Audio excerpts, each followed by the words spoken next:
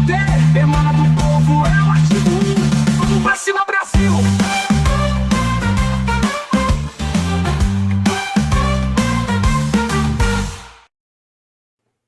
Olá pessoal, estamos iniciando mais um artigo 1 de Olho na Política. No momento que a gente está vivendo nesse país, é necessário nós discutirmos, né, de forma saudável todo e qualquer tema que envolve a sociedade, a comunidade. E nesse momento é importante você que vai nos assistir também compartilhe, né, com a sua igreja, sua escola e tantos mais. Então, para a gente começarmos, né, a ter esse debate muito saudável, estamos aqui com 2 convidados especiais, convidados estes também patriotas, né, do artigo 1, lá de Jaboatão dos Guararapes, na qual eu já mando aqui meu abraço, e a todos que fazem parte hoje da nossa equipe. Estamos aqui com a professora Renata Magdala, ela que é administradora, e também professora, como eu. Né? Também Daniel Sena, ele que é um grande jornalista, tá certo? A voz do rádio, e é também escritor e professor.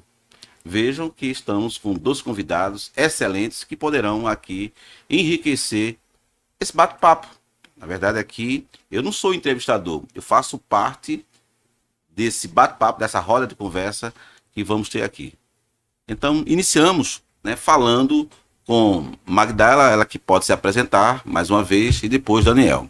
Olá, Magdala, tudo na paz? Tudo na paz. Primeiramente, agradeço o convite por participar desse podcast. Tá aqui participando nessa conversa. Sou administradora de empresa, sou professora e, assim, me sinto muito honrada em fazer parte dessa mesa, professor. Legal. Daniel? Bom, quero cumprimentar a todos que nos acompanham nesse momento. É um prazer estar aqui, fazer parte desse momento muito especial. Eu sou professor, jornalista e escritor, apesar de estar iniciando agora nessa tarefa de escrever e compartilhar conhecimento, mas acho muito importante nesse momento em que estamos vivendo debatermos os temas que estão em evidência e procurarmos entender e em conjunto buscarmos soluções que viabilizem termos no futuro muito próximo, queira Deus, um país melhor. Tranquilo, Merecemos, né? Tranquilo. Já percebeu que a voz de locutor é uma voz bem aveludada? Não quero comparar com aquele ministro não, tá, Daniel? Bem, e vocês, estamos aqui com 3 professores, viu? Então é hora de a gente aprendermos, tá? E até criticar. Ninguém é obrigado a aceitar as nossas verdades, né? Cada um de nós temos as nossas versões e vocês fiquem bem à vontade.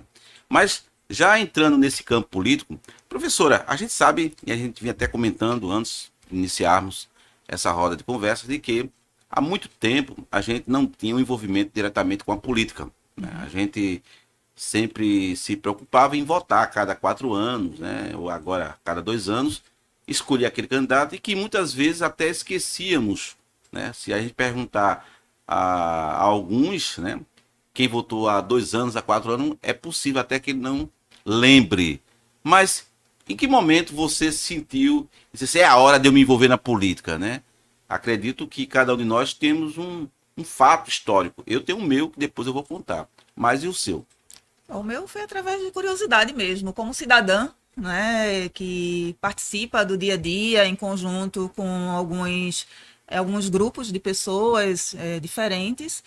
E aí foi através de noticiários e questionando a mim mesma por que aquilo estava acontecendo, querendo saber mais um pouco sobre determinados assuntos que envolvia política. E aí a gente acaba descobrindo que a política ela está no nosso dia a dia, né, como cidadão. E aí, através de redes sociais, a gente pôde, né, se aprofundar mais nas informações, com fontes, né, que você vai ali e procura, que vai conforme o seu valor. Então, com isso, realmente atiçou a minha curiosidade e aí comecei a me informar cada vez mais daquilo que se passa dentro do nosso contexto político, tanto nacional como regional. Então, realmente foi isso que me fez, assim, a migrar por essa questão de buscar mais informações, né, políticas, né? Que bom. E é bom que a gente saiba, né? Você que está chegando agora pode estar perguntando qual o tema que a gente está iniciando. A gente está falando de um posicionamento que cada um de nós, enquanto brasileiros, patriotas, devemos ter. A gente está vivendo um momento, não sei até quando, mas precisamos se posicionar. É por isso que o artigo 1 está tomando essa iniciativa em várias regiões. Aqui eu represento o diretório de Jaboatão dos Guararapes, na qual já agradeço aqui ao presidente estadual Márcio Guimarães e ao vice Enio Guimarães. E também um abraço aqui para a Nina Cabral, que é o nosso regional.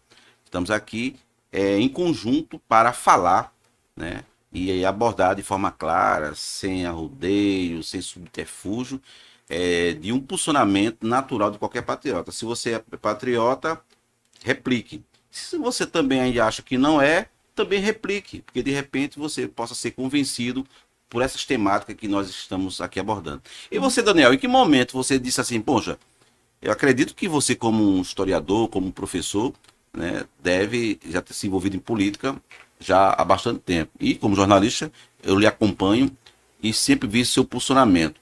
Mas em que momento você disse assim, bom, é a hora de eu poder me posicionar e dizer o que de fato devemos fazer, né? Ou seja, atuar? Eu observo o seguinte, que não me referindo diretamente a somente o surgimento das redes sociais, mas eu acho que a dimensão do alcance que elas tomaram e a facilidade de acesso nos permitiu não somente acompanhar outros pensamentos, outras visões, como também interferir de forma a nos colocarmos sobre os mais diversos assuntos. Então, eu considero que a amplitude do alcance das redes sociais, da internet, consequentemente, nos deu a possibilidade de comentar sobre qualquer assunto e de nos posicionarmos diante de coisas que antigamente eram quase que regra. Nós tínhamos um grupo de mídia que ditava costumes, ideologias, pensamentos, e aí a rede social veio quebrar esse paradigma, esse monopólio do pensamento. E aí a gente teve a oportunidade de passar, então, a nos posicionarmos e colocar para outras pessoas o que a gente pensa sobre os mais diversos assuntos, em vez de ficarmos com ideias que poderiam ajudar muita gente somente guardada para nós. Eu considero que estamos vivendo uma época em que não deve mais, de forma alguma, haver retrocesso com relação à possibilidade de nos posicionarmos. A gente não pode agora retroceder, de forma alguma. Essa liberdade, essa capacidade de compartilhamento, de pensamento, de ideias, tem que avançar cada dia mais. E talvez isso incomode muito os que querem continuar tolhindo nossa capacidade de propagar o que a gente pensa. É verdade. Eu quero aqui até fazer uma retórica, que é cada um de nós, né, ou todos nós, que temos essa faixa etária, viemos de faculdade, universidade, de professores, doutrinadores. Eu sou um dos exemplos em que alguns dos meus professores, pelo menos na Federal Rural de Pernambuco, tinham um pensamento muito marxista, né? Aquele pensamento de imposição, de querer aceitar uma ideologia, e que eu discordava, mas eu não sabia como me defender. Interessante é que eu sempre fui contra a esquerda, até por questão de princípios cristãos. Meu pai sempre foi um nosso orientador sobre esse aspecto. Mas eu queria entender por que é que nós não devemos ser esquerda, né? A direita ainda não era muito propagada como hoje. Falava pouco. Mas quando se referia ao socialismo, ao comunismo e tudo mais, a esquerda foi com o passar do tempo e com estudos, pesquisas, convivência, porque não adianta você aqui achar somente que o que se escreve é o que é, né? É o que de fato se apresenta. É importante você até conviver para ter uma certeza de que aquilo que você sabe sobre pesquisa, sobre leitura, ela se bate. E um exemplo claro que eu quero compartilhar com vocês foi na época em que eu participei de um evento, né? Vou dizer aqui bem abertamente, porque já é passado, né? Hoje, graças a Deus, eu não estou preso. Na verdade, eu estou livre. Eu fui a um evento do Partido Comunista do Brasil, PCdoB, na Universidade Federal de Pernambuco, onde literalmente o que eu vi lá parecia mais um ritual, tá? Eu posso falar isso, né, como cristão, parecia um ritual satânico. Porque o movimento que se fazia com os punhos da mão, com os gritos, né, e era muito mais gemido do que grito, aquilo me assustou. E fui para casa, foi quando eu conversei com meu pai, e relatei assim, ele fez assim, você acha que isso é normal? Então foi esse despertar que começou em mim, peraí, eu acho que eu vou ter uma geração de filhos, netos que deverão saber como eu me impulsionei, né? E também as redes sociais, acompanhando alguns interlocutores, jornalistas, eu percebi realmente onde eu trabalhei no próprio sistema de televisão, né, lá em Brasília, que foi ali em 2002 praticamente, que eu percebi, né, há mais de 20 anos atrás, o quanto a política estava enraizada, ou seja, que a opinião do sistema daquela imprensa, ela comandada pelos governos, como até hoje ainda é. Não mudou muita coisa, mas pelo menos eu tenho a certeza de que eu sei separar aquilo que é narrativa e aquilo que é verdade. Eu acredito que vocês devem ter o mesmo pensamento, ou se o que vocês pensam, como é que hoje a imprensa ela visualiza, né? Como é que ela passa de fato as informações que hoje acontecem, não só de forma geopolítica, como também local, né? Que é o que interessa para a gente aqui no país. Bom, eu sempre acreditei, desde a época que eu era bem mais jovem, né, que estava na faculdade, fiz também federal, e só também, voltando um pouquinho à história, né, estudei administração no Centro de Ciências Sociais Aplicadas, e realmente o movimento, né, pró-esquerda era bem forte. E uma coisa que me chamou a atenção, a situação, na verdade, que me chamou a atenção naquela época, era porque nós estudávamos à noite, né, no curso de administração, e sempre tinha aquele movimento que, assim, muitas vezes não deixava a gente assistir aula, né? Sempre tinha aqueles movimentos, aqueles piquetes, aquele progreve, não assistir aula, e eu queria me formar logo, porque eu queria já trabalhar, queria ter minha vida. Então eu ficava me questionando, poxa, eu estou aqui para estudar, para concluir o curso e para ir para o mercado de trabalho. Enquanto isso, né, muitas pessoas estão indo contra esse ciclo, né, que a gente tem de conclusão de curso universitário. Então comecei a me questionar, daí, é isso que eu quero? É por esse caminho que eu quero enveredar? Então, realmente, aí foi quando eu comecei a me posicionar de uma forma um pouco diferente do que acontecia ali, né? E a questão, professor Eliabe, eu gosto muito de saber da notícia, né? Quem vai tomar um posicionamento sou eu, quem vai ter uma opinião daquilo ali sou eu, mas a notícia tem que vir para mim para poder pensar, saber qual que é a minha posição, meu posicionamento, né? Dependendo, buscar mais informações a respeito daquele tema e aí compartilhar com outras pessoas o meu ponto de vista. Né? Não quer dizer que vai ser aquilo, eu posso mudar, posso ser flexível com um ponto de vista, desde que os argumentos venham e me convençam dentro daquilo que eu acredito, dentro dos meus valores. Que massa.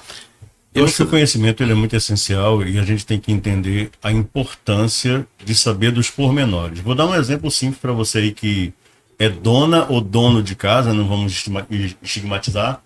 Você vai fazer um bolo e aí segue uma receita que você pegou na internet e quando você vai provar do seu bolo, o bolo está solado. Mas peraí, o que fez com que o bolo ficasse solado? O bolo solado tem o mesmo sabor do bolo perfeito? Não, não tem. Mas o que muda esse sabor? É durante o processo. A mistura da margarina, da farinha de trigo, dos ovos, do açúcar, ali do fermento. Ou seja, o processo que você vai passar para misturar os ingredientes, para torná-los homogêneos, vai resultar no produto final. Então, é exatamente isso que a mídia hoje não quer.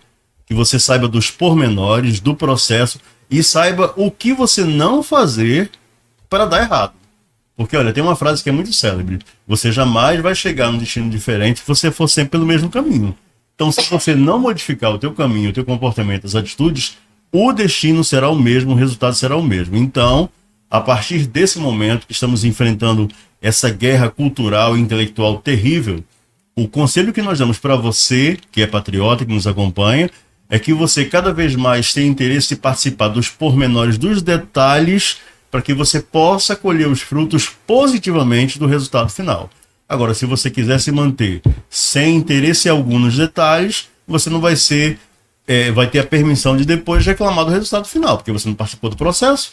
É aquela coisa que a gente ouve muitas pessoas dizer, senão eu não vou votar, eu não vou participar, eu vou anular, porque... Não, mas espera aí, depois você vai poder cobrar? Não, você já deu a sua parte, não, você vendeu o seu voto, pior ainda. Então depois você não vai poder cobrar um resultado. Então é muito interessante que hoje em dia a gente aproveite a questão das redes sociais, da comunicação extensiva demais, que nos proporciona ouvir muito, sabe, conhecer muito e a capacidade de filtrar, como a professora própria citou. Você vai reter aqui o que é bom, o que é aproveitável, o que não for, você descarta. Mas que você tenha condições de buscar cada vez mais o conhecimento para que você possa contribuir para que o resultado seja cada vez mais positivo e que possa gerar, além do resultado positivo, frutos bons para todo mundo, inclusive para você, que agora está se interessando em participar. Olha só, você está gostando, está vendo que temos aqui mestres, né? Que tem suas histórias, né, relatos importantes e que talvez você tenha passado por isso. Talvez a sua mente hoje esteja necrosada pelo fato de não ter se despertado ainda em saber qual é o outro lado. Talvez você só tenha um pensamento de um lado. É importante conhecermos os dois lados, ou mais de dois lados. Eu sempre falo isso. Porque é a facilidade com que a gente vai ter de argumentar. Isso, claro, com fundamento. Não adianta aqui a gente trazer para vocês que o que a gente está falando, tá, é a única verdade. Mas tudo que falamos, que estamos aqui apresentando, é fruto do conhecimento. Eu tenho até um fato sobre essa questão de ouvir, de ler. Desde 2011, mais ou menos, acho que 2011, que eu comecei a fazer mais um estudo aprofundado da literatura, né, dos livros que nós estudamos, inclusive dentro da minha formação na área de recursos humanos, na área do direito. Eu queria entender essas convergências que existiam entre as ciências. E aí eu entrei também no contexto político. E eu via que sempre na literatura tinha um cunho político. Que alguém pode estar pensando aí, talvez você do outro lado esteja pensando, mas eu não me preocupo em política, para quê? Eu não como política, eu não dependo de política. Como assim? Você paga o salário do político. Aquela mercadoria, aquele produto que você paga, são impostos que vai para o cofre do governo e que é revertido como pagamento. Eles são os nossos funcionários. Você precisa saber disso. E às vezes esse desconhecimento, a ignorância, faz com que você não se interesse pela política. É importante. Eu não estou falando aqui, a gente não está falando aqui necessariamente da política partidária. Não é isso. Até porque nem podemos. Estamos falando aqui da política geopolítica, no contexto em que todo cidadão que vota precisa saber. Por isso que a gente está abrindo esse espaço, através do artigo 1, através desse podcast, para que consigamos, né, pelo menos, esclarecer e você, quem sabe, através das nossas falas, pesquisar. Pesquise. A gente não é o dono da verdade, mas sabemos uma coisa, que ela vai reverberar para que você possa avaliar, pensar se aquilo que nós estamos falando está dentro do contexto. Espera aí, o que eles estão falando, né, são narrativas ou são fatos? Então, essa dosimetria só você poderá fazer. Somos nós, por isso que estamos aqui debatendo. Bem, ainda dando continuidade sobre essa questão da imprensa, né, de um modo geral, eu estou me remetendo mais a isso, porque nós observamos que de 2011 para cá, a gente viu uma imprensa bem retida, né, tolhida, né? Eu digo do ponto de vista daqueles jornalistas que estavam mais com liberdade de falar. Nós temos dois viés. Aqueles que, quando perceberam, né, que falar a verdade tiveram que sair, ou talvez foram demitidos, e aqueles que disseram, não, eu vou falar de acordo com o editorial do dono da imprensa. E a gente sabe que isso é ruim, porque na hora que você sofre uma manipulação como essa, mesmo sabendo que está em jogo o seu contrato de trabalho, você está sendo manipulado por um grupo de pessoas doutrinadas e talvez até subsidiadas financeiramente. E é aí onde está o perigo. A liberdade de expressão, tá? Eu sempre entendi como sendo uma forma de você falar sem arrodeio, falar com convicção, falar com propriedade daquilo que você sabe. Mas, observando hoje, de um modo geral, meus convidados especiais, tá? A gente vê essa liberdade de expressão hoje nas comunidades, até mesmo nas igrejas, na emissora de rádio, né, em TVs. Como é que você vê isso? Você vê que os jornalistas hoje, eles falam com temeridade ou eles ficam um tanto receoso, né, e sofrer uma retaliação do próprio dono da empresa ou talvez até do público em geral, né? A gente tem vários, eu diria, jornalistas locais que saíram, abriram seus canais independentes e hoje tem muito mais aceitação e talvez muito mais visibilidade, não só com reputação, como também financeiro. Como é que você vê isso? Bom, a gente volta para aquela questão que hoje em dia a gente tem vários outros meios da informação, né? Que não é só os canais tradicionais, não é que chega e coloca a informação para você do jeito que eles querem, que eles acham. Na verdade, hoje em dia, justamente, esses jornalistas, esses profissionais, né, da comunicação, montaram seus canais em plataformas ou redes sociais e você pode acompanhá-los conforme aquilo que você quer pesquisar ou quer se inteirar mais sobre determinado assunto.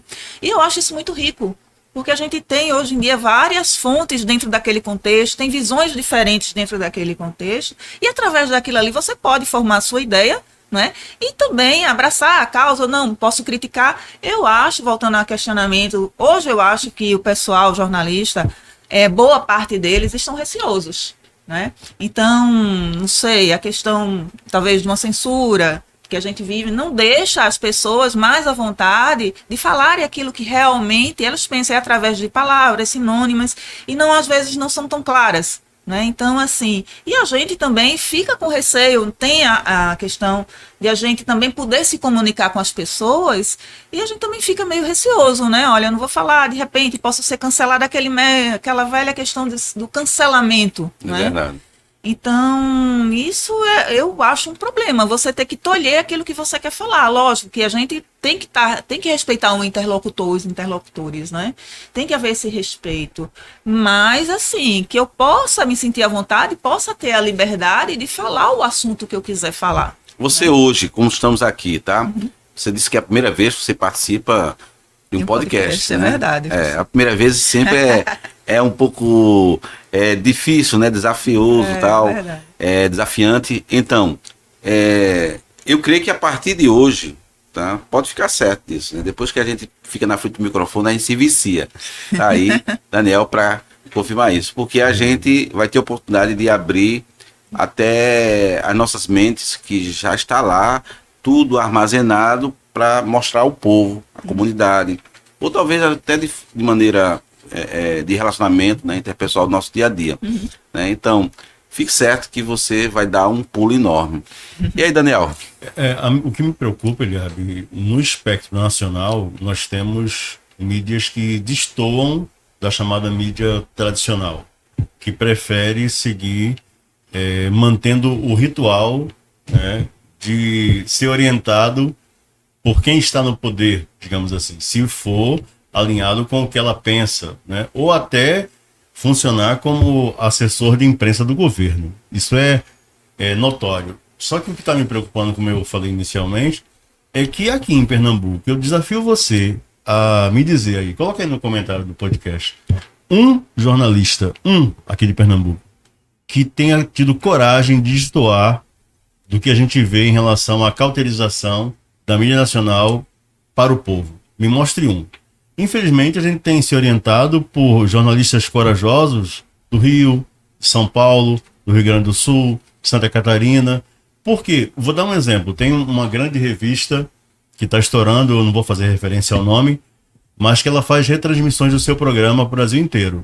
Sabe quantas emissoras retransmitem o programa dela aqui em Pernambuco? Uma só, de Olinda. Por que será? Porque tem medo de enfrentar o sistema. E aí eu volto à pontuação que Eliabe fez no início da pergunta.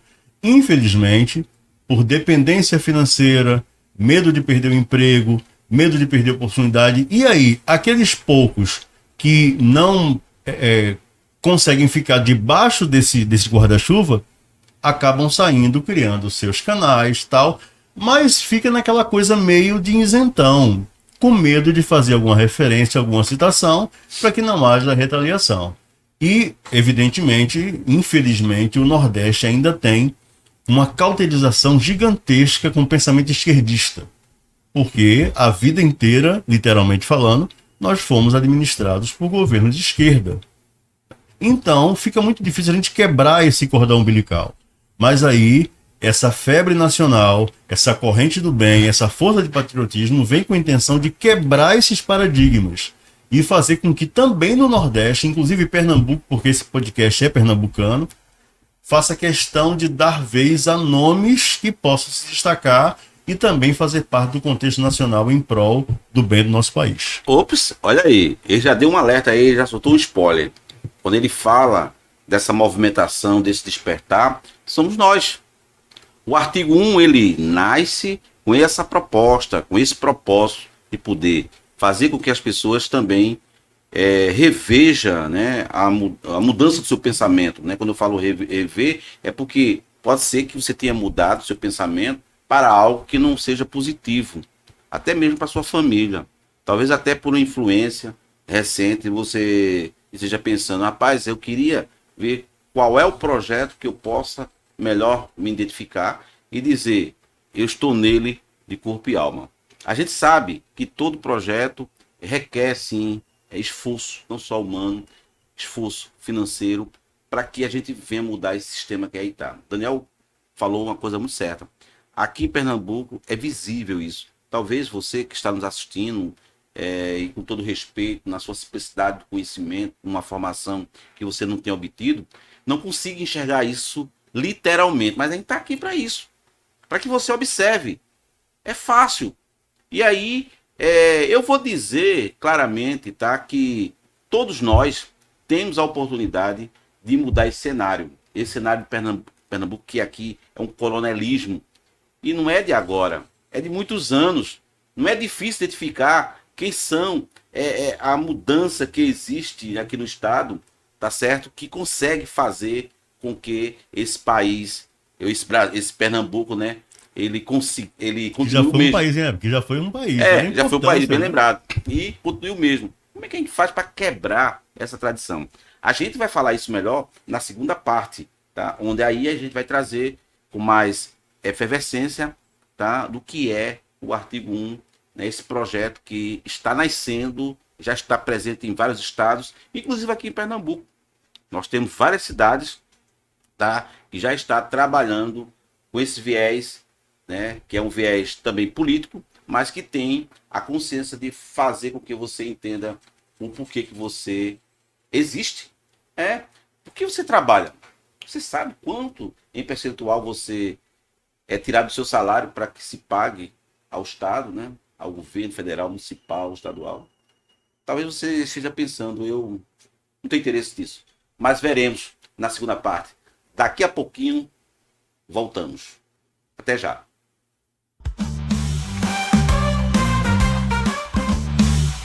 Todo poder emana do povo, é o artigo 1. Vamos pra cima, Brasil!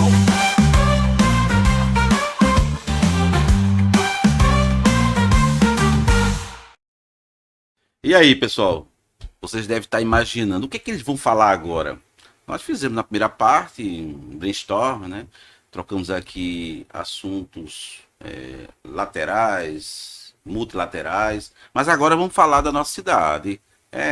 Afinal de contas, né, apesar de eu não ser natural de Jaboatão, mas estou lá há mais de 12 anos e já conheço e já tenho propriedade para falar.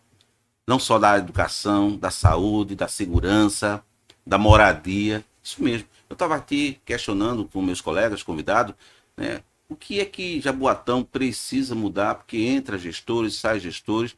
Aliás, eu nem sei se eu posso classificar como gestores, com todo respeito. Sabe por quê? Porque o verdadeiro gestor, ele precisa ter ferramentas de gestão. E muitos deles, muitas vezes, não têm. Com todo respeito, tá? Você assumir um cargo de gestor político da cidade, mas muitas vezes não sabe nem por onde começar. Eu até desafio perguntar, você conhecia alguma ferramenta Smart, SWOT, Balance Scorecard? Talvez se você conhecesse essa ferramenta, ajudaria no seu planejamento, ajudaria no contexto de você reunir seus secretariados, os munícipes, para poder fazer melhor pela cidade. O maior erro, tá, que eu penso, infelizmente, hoje, de se ter na cidade esses gestores, com todo respeito, tem alguns aqueles que têm uma formação, mas a gente vê em cidades grandes.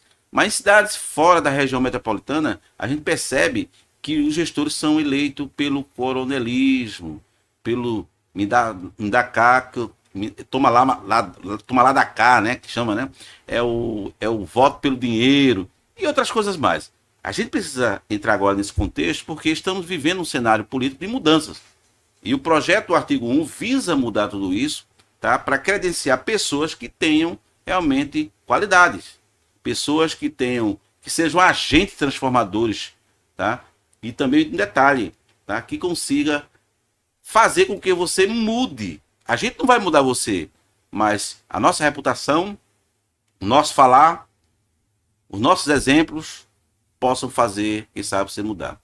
Então, eu estou falando aqui com pessoas que conhecem Jaboatão, né, e sabem um pouco do que é a cidade, e o objetivo nosso é trazer, né, para a cidade como um todo dias melhores, momentos melhores. Sei que Recife, Olinda e outras cidades também precisam. Mas como conhecedores, moradores de Jaboatão, né, e aí falando também de outras cidades, também fique bem à vontade. Como é que vocês veem realmente essa política, né, que a gente assiste, né, a cada 2 anos, 4 anos, a cada 4 anos, porque é eleição para gestores municipais, né? E também, nesse intervalo, nós temos agora geral, né, que é o governo federal, mas temos representantes que vão para a Assembleia, que são indicados muitas vezes pelos gestores. E muitas vezes esses gestores também se candidatam para serem deputados estaduais ou federais. Então, ou seja, esse trocadilho não muda muito na cidade, né, quando na verdade a gente sabe que a gente tem que cobrar do gestor municipal. E até estava comentando do carro, né? A gente não vê praticamente os vereadores que foram eleitos por nós, por você. Sabia disso? Você cobra dele. Você já foi alguma vez na Câmara Municipal para ver o que é que teu vereador fala da cidade? É um desafio que eu faço. Mas vamos lá. Daniel, professora Renata, o que vocês pensam nesse contexto nas cidades grandes, né, como Recife, Jaboatão, Olinda? Primeiras damas. O que eu noto como moradora, né, no caso eu moro em Recife, mas conheço bem Jaboatão, assim como Olinda também, é que, assim, muda a gestão, mas, assim, o fato é a mesma. Não, o que é, assim, o mínimo para se conviver numa cidade, né, para ter o mínimo de infraestrutura, né, seja de segurança, não muda muito, né? É uma rua que se inaugura, é um calçadão que se reforma, não é? Mas quando você vai para a periferia, você vê que está exatamente a mesma coisa. É a rua que está esburacada, é o esgoto que não tem para os moradores, é uma qualidade mínima, assim, que a gente não vê mudar, na verdade. É sempre o mesmo de antes, né? Então, realmente, isso cabe da consciência, né, dos eleitores, do pessoal que está ali convivendo na cidade, o fato, bem colocado, de cobrar aos seus vereadores que vocês votaram, né? Como é que está uma posição sobre determinado tema, qual é o projeto, né, que se tem para aquilo ali no curto, médio e longo prazo, para ver o que é que pode melhorar, né, uma convivência, né, comunitária dentro daquele município. Legal. Só para complementar o que ela falou, tá? Eu estou falando essa questão de Jaboatão, mas em todas as cidades, repito. Mas Jaboatão, você que está nos assistindo, você conhece algum projeto que foi aprovado já nesses 2 anos aí, daquele vereador que você votou, projeto que foi aplicado? Porque alguém pode questionar. Ah, professor, mas às vezes o vereador tem a ideia do projeto, mas existe a unanimidade da mesa, né, da Câmara. Não estou falando disso. Estou falando onde você consegue convencer os seus colegas a votarem num projeto que é para o bem da sociedade. Não é isso, Daniel? É muito triste quando a gente percebe que entra ano e sai ano e a mentalidade dos munícipes continua a mesma. Jaboatão não protagoniza o espaço que deveria. É o segundo maior município do estado e primeiro em território. Pouca gente sabe, mas é maior do que Recife em território, inclusive. E com caixa financeiramente falando, muito razoável, para não dizer, né, top das galáxias. Então, é muito importante que haja uma proposição de conhecimento. E aí, a gente entra na questão da educação, porque os alunos da rede municipal que fazem os anos iniciais não têm nenhuma orientação em relação à administração, a empreendedorismo, como funciona a máquina, e aí eles vão sendo criados de acordo com que os pais foram também criados. É a famosa filosofia, a teoria do espelho quebrado. Então eu vou tentando me ver naquele espelho, só que o espelho está quebrado e eu acho que continua perfeito, eu vou continuar com aquele mesmo espelho. E aí os pais passam para os filhos e continuam se perpetuando. Como? Fazendo eleição de vereador, primeiro por nicho, né? Porque tem vereador que acha que ele é vereador do bairro, não é do município.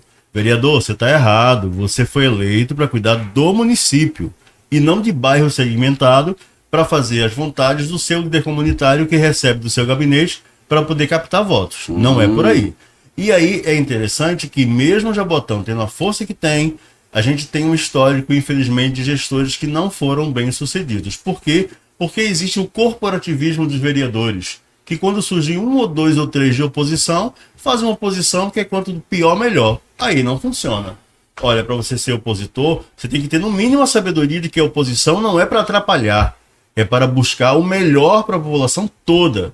Ei, quem votou em você e quem não votou merece ter um município melhor. Então, a decadência política no nosso município, em qualquer município, parte do princípio, primeiro, que não há orientação nas escolas sobre como funciona a gestão política e como se dá todo o sistema, que acaba proporcionando que vereadores despreparados, sem o mínimo de condições de sequer aprovar uma lei, porque pedem para os assessores fazer, e olhe lá quando consegue fazer, não consegue aprovar porque não há consenso, ou seja, entra ano, sai ano, ficam lá recebendo seus mais de 20 mil reais, sem propor o trabalho que deveria realmente fazer, que é cuidar da população, fiscalizar e colocar leis que mude a minha e a sua vida. O que você vai fazer? Vai continuar desse jeito, votando por um saco de cimento, uma cesta básica, e sem poder reclamar durante 4 anos, e na gestão seguinte fazer a mesma coisa? Não.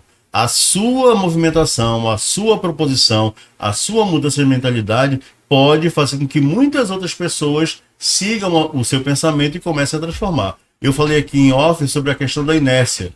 Um corpo tende a permanecer parado, a menos que uma força externa, que é você, nesse momento, impulsione alguém a mudar. Então, vista a camisa do melhor para o seu município, do melhor para o nosso estado, do melhor para o nosso país, e influencie alguém positivamente, para que a gente tenha um futuro melhor. Legal. E aí, você está gostando? Então, aplique o triplo C. Compartilhe, curte e comente. Isso é importante para que outras pessoas possam visualizar.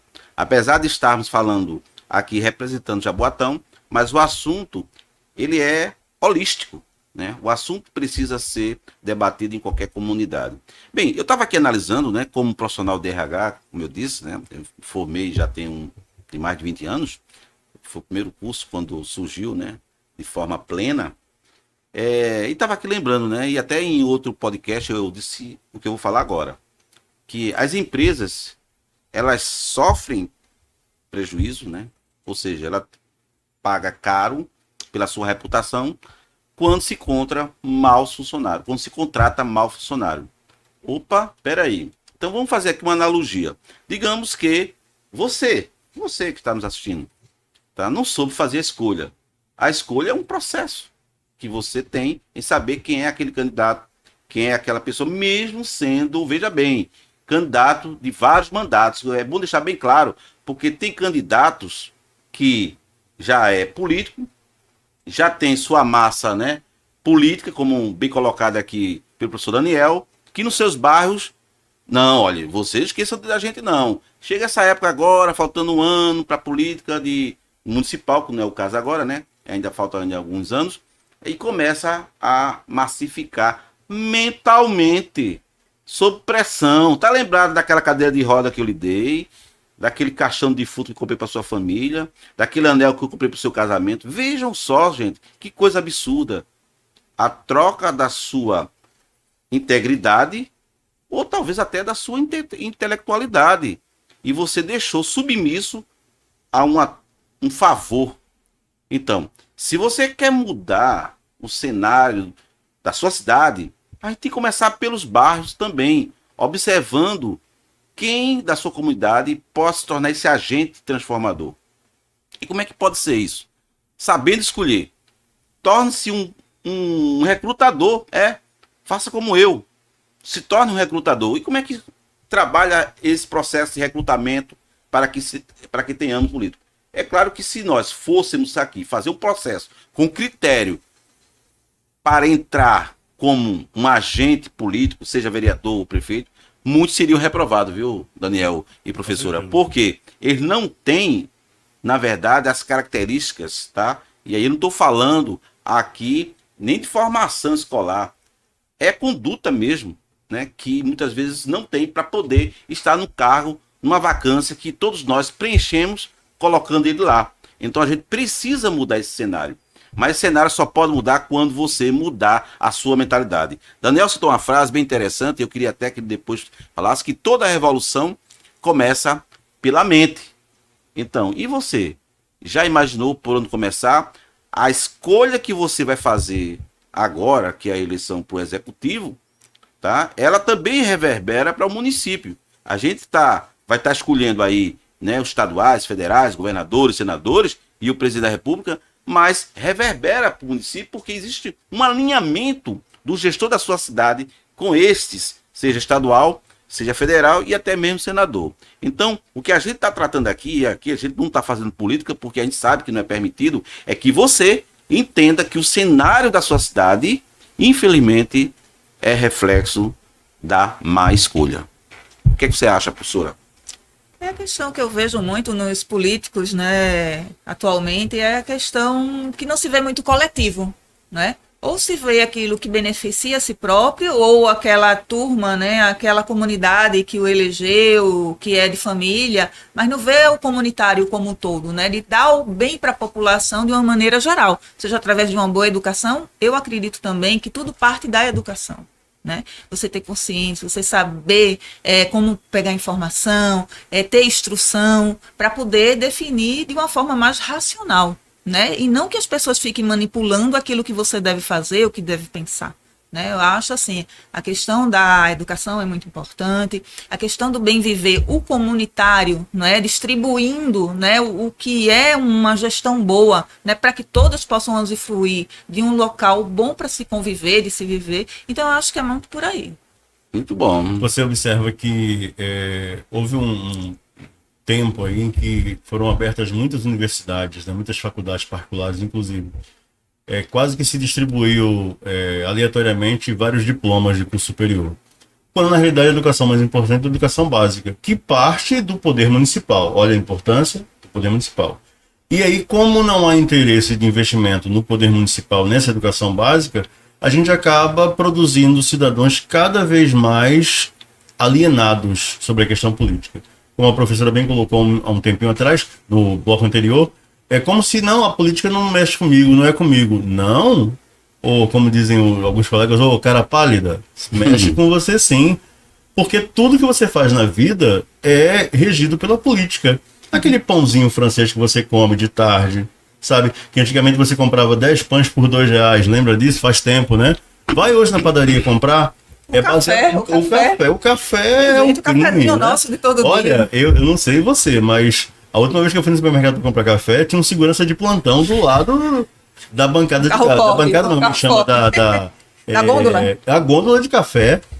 Né? Eu fui comprar ontem o café, ontem, né? Aí uma pessoa se aproximou, pois não. Aí, eu acho que pensaram que eu ia botar o café dentro do bolso. Que ponto nós chegamos? Aí parece uma coisa meio... a questão da mente que o professor Eliab citou, é a questão de você pensar que nunca vai chegar até você determinado problema. Isso é uma cauterização da sua mente, do seu pensamento. Entenda que, quando eu falei sobre a revolução que começa na mente, alguém diz assim, mas revolução armada não. A sua mudança de vida, o seu projeto, o seu sonho, a sua mudança em relação ao pensamento de alcançar ou não esse sonho é uma revolução intelectual. Que se você não passar por ela, você vai o tempo todo se julgar incapaz. Você vai ter um sonho e vai ser uma utopia alcançar aquele sonho. Não, lógico que não. Você tem que mentalizar que você vai conseguir, que você vai conquistar. Olha o poder da mente. é você entender que quanto mais pensamentos positivos você tiver, e isso já está psicologicamente provado, a chance de você alcançar o seu projeto, o seu sonho é muito maior. É bom que se diga que não se trata de ser esquerda ou direita. Não, independente de Nem posição ideológica. estamos falando de ideologia. Consciente, tá? Até porque muita gente não sabe, a gente não vai falar isso agora, mas pesquise qual é a origem desses termos direita e esquerda, né, que não tem uma relação diretamente com a política, só que foi adotado pela questão política para separar pensamentos. Só que tem uma coisa, essa questão de ser de um lado ou de outro não tem a ver diretamente com o que aconteceu no passado, mas sim o que vai acontecer com você no futuro. Então a sua decisão hoje de estar no espectro político esquerdo ou direito vai proporcionar um resultado bom ou não lá no futuro. E se você é pai, se você é mãe, se você é avô, você quer, logicamente, o melhor para o seu filho, para o seu neto, para o seu familiar. Da mesma forma que o nosso projeto hoje aqui quer o melhor para você. A nossa intenção não é aqui fazer uma cauterização da sua mente politicamente falando. Não é isso. A intenção é fazer com que você desperte para entender que ainda há um horizonte de esperança. E por isso que estamos aqui. É verdade.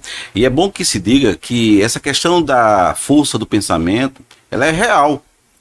Né? Quando você tem um sonho, tá, que você começa a planejar, quais são as chances de você alcançar? São as maiores.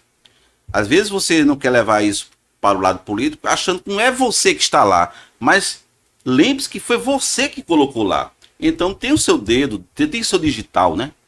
Então quando a gente pensa que o que me importa, eu tenho somente eu voto por obrigação. Não é apenas por obrigação.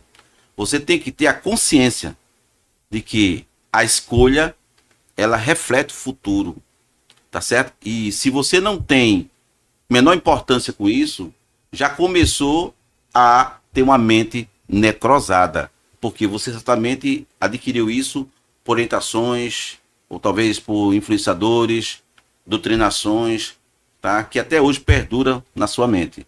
É terrível dizer isso, mas a gente precisa dizer isso com serenidade e com tranquilidade, tá? Ainda pode mudar. A mudança, ela só depende de nós. A mudança, o reflexo da vida dos seus filhos, seus netos, se é que você pretende tê-los, depende de você. Pouco me importa a geração futura. Por quê esse egoísmo? Você não quer ter uma vida boa? Né? Como é que você foi educado? E aí eu volto a essa questão da educação, viu, Daniel? Porque meu triplé, hoje, né, que eu trabalho, é a questão da educação, cidadania e empreendedorismo. E a educação realmente, ela muda as pessoas. A educação, ela transforma, né, a pessoa. Então, e aí entende-se como educação o conhecimento também, além da formação doméstica, que não deixa de ser importante. Os padrões morais que você adquire dos seus pais têm importância, claro, mas eles podem mudar porque são crenças, muitas vezes, que foram impregnadas, que foram inseridas, porque eles estiveram lá atrás dos seus antepassados. Mas você pode mudar o quadro quando você fizer uma linha do tempo e ver que é necessário essa mudança. Não é isso, professora? Isso, e assim, né, professor? A única certeza que a gente tem, as duas únicas, né? Uma delas é da mudança. Então, não quer dizer o que é que eu pense hoje que eu vou me manter com esse mesmo pensamento daqui a 10, 20 anos. Não, posso mudar, posso flexibilizar, qual é o problema?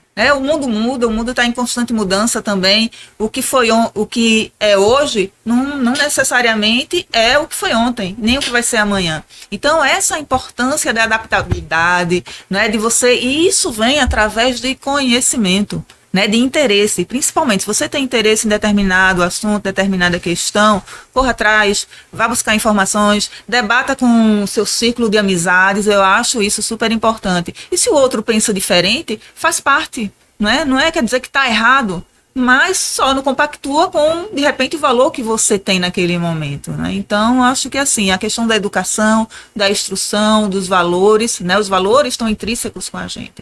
Então, acho que é mais ou menos por aí. Tem muitas pessoas que perguntam para mim assim, Daniel, professor, eu não entendo quando eu encontro um professor que estuda tanto, tem tanto conhecimento e tem viés de esquerda, com os pensamentos meio radicais. A minha resposta é sempre a seguinte: qual a diferença de conhecimento para sabedoria? Vou dar um exemplo para você nunca mais esquecer. Você sabe que o tomate não é uma verdura, é uma fruta, né? Mas quando você faz salada de fruta, você coloca o tomate? Não. Ué, mas não é uma fruta? Aí é que mora a sua sabedoria. Mesmo sabendo que o tomate é uma fruta, você não coloca ele na salada de fruta porque não é adequado que ele esteja ali.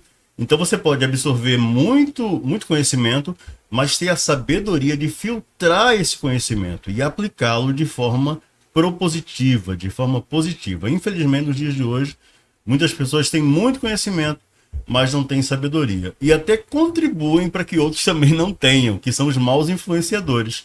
Por isso que a gente está aqui fazendo um trabalho de compartilhar o nosso conhecimento com sabedoria, para que você decida aquilo que você quiser decidir por sua própria conta e risco.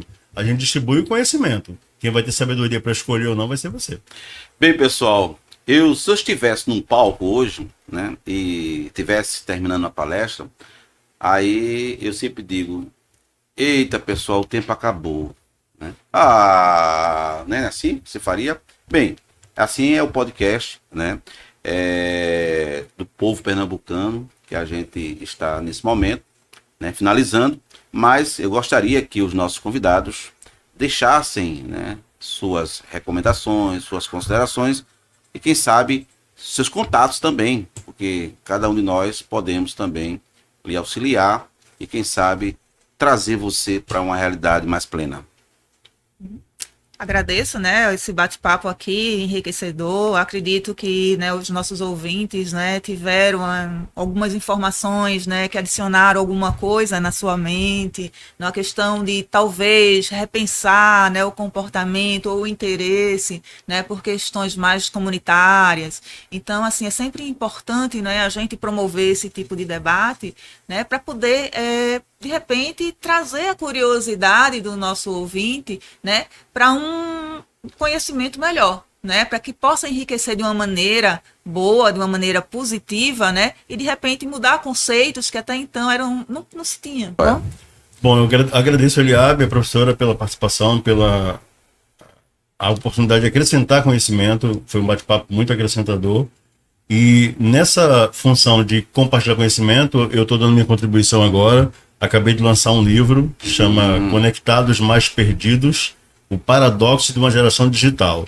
E nesse livro eu falo o quanto a influência digital, a internet, deixou muita gente alienado, né? E aqui a gente está usando essa ferramenta para propor conhecimento e para acordar muita gente que parece estar dormindo em berço esplêndido, para fazer referência ao nosso hino nacional. Então, se você tiver interesse, meu Instagram é @professor_Daniel_Sena. E o telefone para contato, WhatsApp 983685407. Gratidão por essa oportunidade e que Deus possa iluminar a sua mente e você trabalhar diuturnamente para construir um Brasil melhor. Preciso de você. E aí, pessoal, vocês gostaram? Eu vou deixei para falar essa frase do final, porque tudo que nós falamos até agora depende de você também, porque todo o poder emana do povo. Tá? E sobre ele será exercido. Está lá no artigo 1, né? Por isso o projeto artigo 1, tá? Que nós estamos aqui se debruçando, né? Para que você possa participar, para que você possa interagir e trazer também sugestões. A gente não é o dono da verdade, mas somos transformadores de opiniões também, porque de repente você pode ter o conhecimento, mas não a sabedoria, como foi bem colocado pelo professor Daniel. E lembre-se, quem tem o conhecimento tem o poder também. E é por isso que todo o poder emana do povo. Eu também quero agradecer, foi muito legal, né? Como eu sou vocês, né? A gente fez aqui um talk show, tá? Teremos outros, você também é nosso convidado, você do bairro, você que também faz parte do artigo 1 de Jaboatão, ou talvez até de outros diretórios, também poderão participar. Será muito bem-vindo, porque estamos aqui para trazer informações e que essas informações se transformem em conhecimentos e que esses conhecimentos se transformem em aprendizado. Então, mais uma vez, obrigado, professor Daniel, professora Renata. Tá? E para você que ficou até agora, tá? Não pense que tudo isso aqui é o fim, não. Temos muito mais coisas ainda para falar. Nos acompanhe no artigo 1.gov, tá? Lá no site, também pelo Instagram. Tá? E o meu contato, caso vocês queiram, né, entrar, fazer aí uma crítica, quem sabe até contrariar tudo aquilo que nós falamos, tá lá, @Eliabe Serafim, tá certo? Até mais, até a próxima, fiquem com Deus. Todo poder emana do povo. Eu acho que seria bom a gente fazer o número 1, né? Que é o artigo 1 aí, ó. Olha lá, todos nós. Todo poder emana do povo.